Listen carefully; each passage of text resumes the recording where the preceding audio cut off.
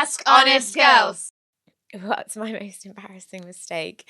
This is really difficult to answer because I swear I do so many things that are just embarrassing every single day, and I've kind of become desensitized to it. But I do recall an occasion where I went on holiday with one of my friends and ended up doing this ill-advised shot that tasted of coffee. It was probably the worst thing I've ever tasted in my life. I don't like coffee, but I did it anyway. And then afterwards, I lost the ability to use my legs.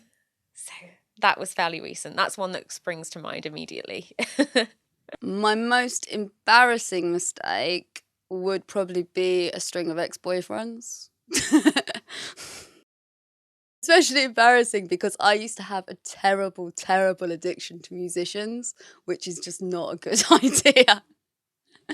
What is my most embarrassing mistake? I think I've just moved. I'm trying to move to Oxford and was chatting up one of my colleagues, kind of asking guidance of where would be a best location for me to move into. And he started describing certain areas and I suddenly went, oh, I would never want to live in like a village or a place that reminds me of visiting my grandparents and is like really isolated. And then I looked at his face drop and I was like, where do you live? And he goes, exactly where your grandparents would.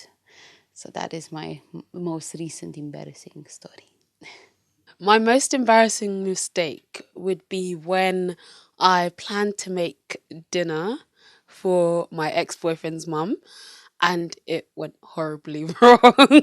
Like, it went drastically wrong. So I wanted to make a Nigerian dish called jollof rice, and instead of it being the way it should have been, it turned out quite mushy and it was more like paella. That was not cool. My most embarrassing mistake. Back when, like last year, I started doing some internet dating.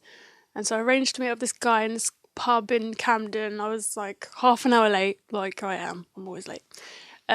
So I turned up to this pub, come running in, I spot him, and go sit down. I'm like, oh, I'm so sorry I'm late. Take off my scarf and my coat. Oh, I got stuck in the tube, blah, blah, blah. And this guy's just looking at me like,